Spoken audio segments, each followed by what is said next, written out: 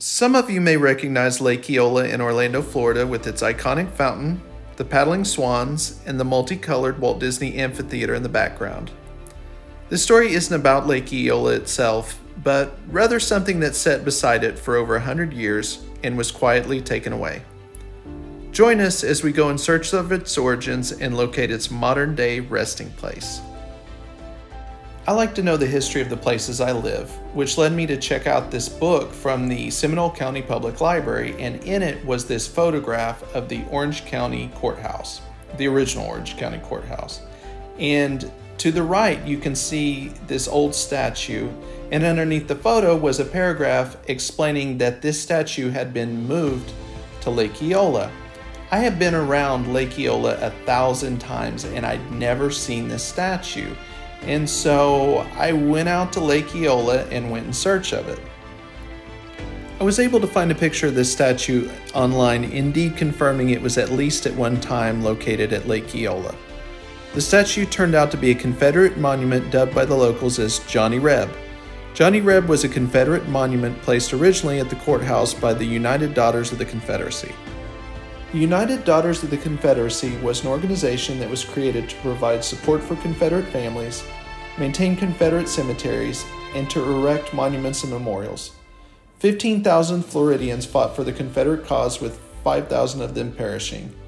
The monument was proposed in 1908 and raised the $2,500 needed, and the monument was then dedicated on June 3, 1911. The monument originally sat here at the intersection of Magnolia and Washington Streets, and you can see why it caused a few traffic problems. So the original courthouse was torn down in 1967, but it was replaced by this building here, the new Orange County Courthouse, except the new Orange County Courthouse is now actually the old Orange County Courthouse and has since become the museum and headquarters of the Orange County Regional History Center. So I thought I might go inside and check it out and see if there's any information or clues in relation to Johnny Reb. So the museum did turn out to be a treasure trove of Central Florida history, but I didn't find exactly what I was looking for, but I did find a clue that would take me one step closer. The museum does hold the clock face to the original Orange County Courthouse, giving me a picture in my mind's eye of what things might have looked like on the morning of 1911 when the statue was placed. So for the next leg of my investigation, I decided that it might be easier to locate the place where it was by air. And I decided I was going to focus in on these paths, but none of them seemed to line up with the pictures I had seen. So I took off on foot and I actually ruled out some of the locations I was looking at out. And I think this is where it was. If you look at the original picture, you can see that the fence was the same. Several of the things are different, the hedges, the grassy green in the middle, but it's enough to make me think that I did indeed find the not original, but the second to original resting place of Johnny Reb.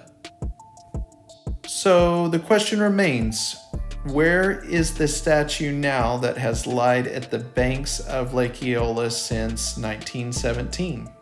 So it turns out that the location of the statue at Lake Eola had been a very controversial issue for a very long time, and in the mid-2010s, people were asking for its removal, and in 2017, after the shooting at an African American church in South Carolina, there was a renewed effort on behalf of the Orlando residents to remove the monument or relocate the monument.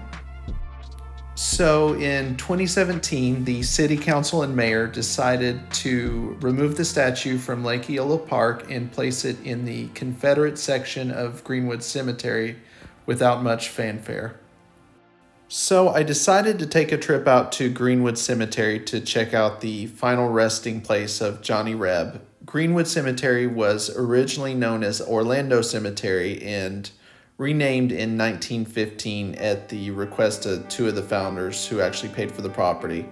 The property has increased in size over the years. It was originally 26 acres and has expanded to 86 acres. It's a very nice, peaceful place with these mature growth trees and Spanish moss, and just a beautiful place that I was happy to check out.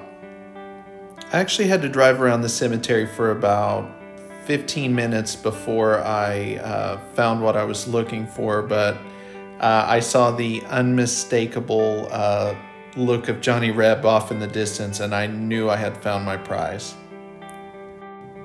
So the Confederate section of the cemetery was just a little smaller than I originally anticipated, but here it is, complete with battle-used cannon, and there he sits, Johnny Reb in all his glory.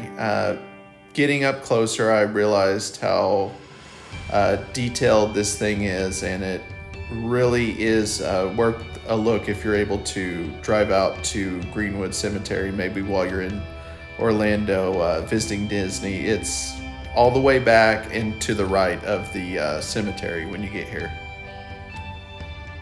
I know that Confederate monuments are a controversial topic, to say the least.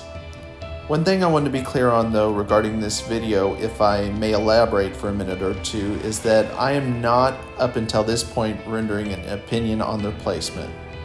If I were to opine, my opinion would be that society should be able to dictate the placement and content of its own memorials and not necessarily be bound to previous generations' concept of history.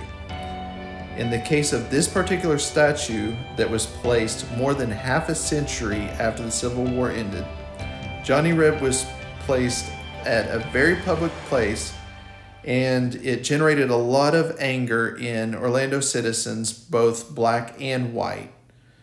Where the city decided to place Johnny Reb is okay, but I think maybe its original location might have been a little better.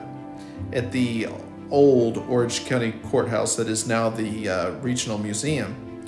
The statue could have been displayed there with information to give it the context it deserves.